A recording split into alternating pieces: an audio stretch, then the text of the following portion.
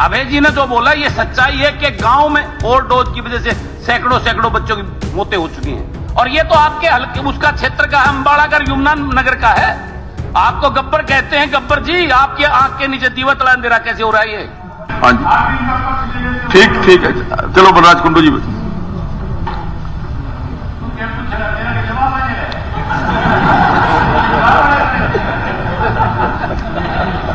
हमारे देश को आजाद हुए 76 साल हो गए, लेकिन कई चीजों में हमको अभी आजादी नहीं मिली।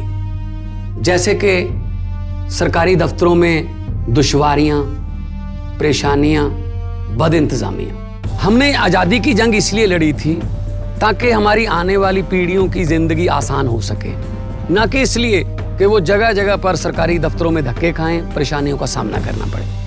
शहीद आजम सरदार भगत सिंह जी के सपनों को साकार करने के लिए पंजाब सरकार ने फैसला किया है कि पंजाब के लोगों को अब सरकारी दफ्तरों के चक्कर नहीं लगाने पड़ेंगे, बल्कि सरकारी दफ्तर खुद चल के लोगों के घर पर आए। अब सरकारी दफ्तरों के चक्कर काटने की जरूरत नहीं, बस डायल करें 1076 और सरकारी सुविधाएं अपने घर पर ही पाएं। पंजाब की भगवंत मान सरकार आपके द्वार।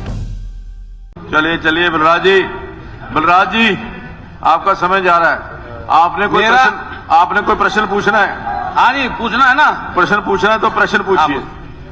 धन्यवाद अध्यक्ष जी। हाँ जी। मेरा और आप में फर्क एक होगा भाई साहब। नहीं, वही एक फर्क होगा। आपने तो ये मान लेते इंटेंशनली बोल रहे हो आप, मैं आपके साथ बोल रहा हूं तो उस पर मोहर लगा रहा हूं कि ये पक्की बात है, घोटाला हो रहा है। मैं तो एक बात, मेरा सवाल ये है जी, सबसे पहले तो ये विषय चिंता का विषय है कि हमारे प्रदेश में इस प्रकार की जहरीली शराब से हमारे हरियाणा के नागरिकों की मृत्यु हो रही है। और ये आज कोई पहली बार नहीं हो रही।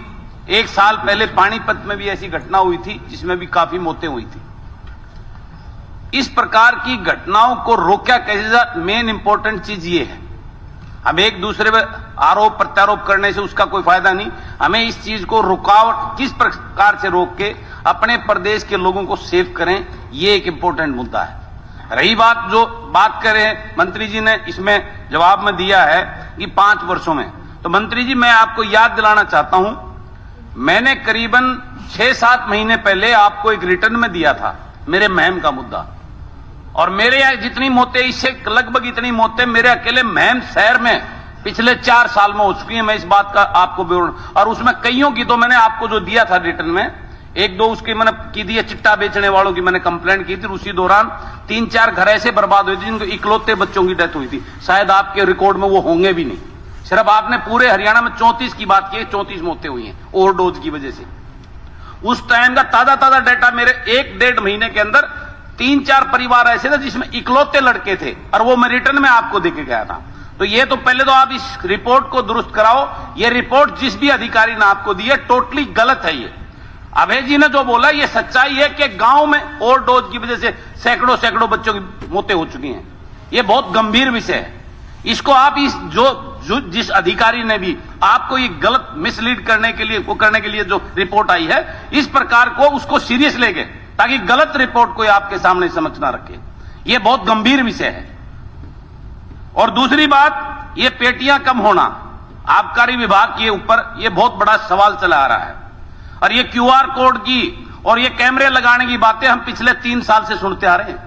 हम लेटेस्ट टेक्नोलॉजी ला के QR कोड लगाने जा रहे हैं। माननीय उप मुख्यमंत्री जी बैठे हैं, ये हमने 4 साल 3.5 साल पहले सुनी थी इस सदन में। हम ऐसी पॉलिसी कर रहे हैं, हम इतना रेवेन्यू बढ़ा रहे हैं, अब ये कर देंगे वो कर देंगे। अब जाने की बारी आ गई, अब तक वो लगा नहीं है। CC कैमरे भी लगेंगे, QR कोड भी लगेगा। ये कहां की बात हुई?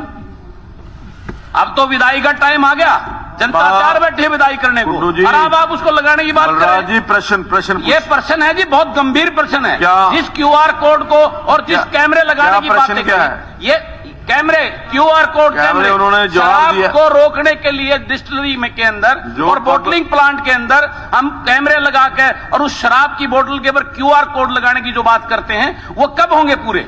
जब इतनी मौतें हो चुकी, 4 साल पहले बड़ी दावेदारी की जा रही थी, हम रोक के इसको ऐसे करेंगे। आज तक उसका कुछ नहीं हुआ। और एक दयालु योजना का जिक्र किया है माननीय मंत्री जी ने अपने इसमें, जिसमें सिर्फ 8 लोगों को जो है वो हेल्प देने की बात की है। मौतें इतनी होगी, सबको क्यों नहीं हुआ? इसको हटा ही देते कम से कम, ये तो पता नहीं लगता सिर्फ आपने 8 लोगों को गरीबों को दिए। और एक वो खरखोदा की जो बात हम पिछले इतने दिन से उठी है, उसमें एक गरीब जो कॉन्ट्रैक्ट बेस पे एक चपरासी की नौकरी पे उसमें लगा था, उसको मोहरा बनाकर उसके ऊपर वो जो है ना रिपोर्ट खत्म कर दी। जो वास्तव में उसके अंदर संपलित थे, जो लोग, जो अधिकारी थे, जो मठाधीश थे, जो इसके बड़े, जो ऊपर से जिनको बहुत मोटा संरक्षण था, वो लोग तो कहीं जिक्र में ही नहीं आए। तो इसके ऊपर गंभीरता से विचार करके एक्शन लो। और ये तो आपके हल्के उसका क्षेत्र का है, अंबाला का, यमुना नगर का है।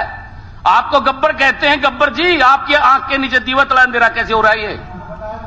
ये आप देखो ना, इतनी बड़ी वो चीज है, आपका नाम है, हम आपका वो सब रिस्पेक्ट करते हैं आपके नाम का, एक या आपके आश्वासन पे हम विश्वास भी करते हैं। पहली बार हुआ है हाँ, कि हर कनेक्टेड आदमी को अरेस्ट किया गया। बनाने वाला, जगह देने वाला, जगह दिलाने वाला, बोतलें सप्लाई करने वाला, स्टिकर सप्लाई करने वाला, ढक्कन सप्लाई करने वाला, ठेकेदार को, जो ओरिजिनल ठेकेदार था उसको भी गिरफ्तार किया। उस ठेकेदार ने जिसको किया उसको भी गिरफ्तार किया। ठेके से जो करिंदों ने बेची उनको भी गिरफ्तार किया। पहली बार हुआ है कि एक भी आदमी नहीं छोड़ा हमने, एक भी, सिर्फ एक आदमी भागा हुआ अभी तक, वो हमारे काबू नहीं आ रहा और हम उसको भी पकड़ेंगे। सिलसिला रुक क्यों नहीं रहा? जैसे ही संज्ञान में मामला आया, पुलिस ने बड़ी सख्ती के साथ और मुस्तैदी के साथ काम किया। एक एक आदमी को डेड एंड तक, आप एक आदमी बता दो कि वो बनता था उसको नहीं पकड़ा। हर व्यक्ति को इसमें हमने गिरफ्तार करा और इतनी गिरफ्तारियां तो कभी हुई नहीं, पहली बार इतनी गिरफ्तारियां हुई हैं। तो नीरज शर्मा जी, एक मिनट, एक मिनट हो गया भाई। मैं एक बात आपके समक्ष कहना चाहता हूं। ये इतना इंपॉर्टेंट मुद्दा है। वो जो मुद्दा जो परसों का आप ले रहे थे ना, उसको तो अपने बीच में रहने दीजिए। अगर सीटिंग जज से करवाना है ना, तो इस मुद्दे के करवाइए। चलिए, इस शराब घोटाले को, इसको देखिए, इस अमृत योजना घोटाले को, और इस टेंडर घोटाले को, और सुपर मिल का जो हीरा घोटाले को,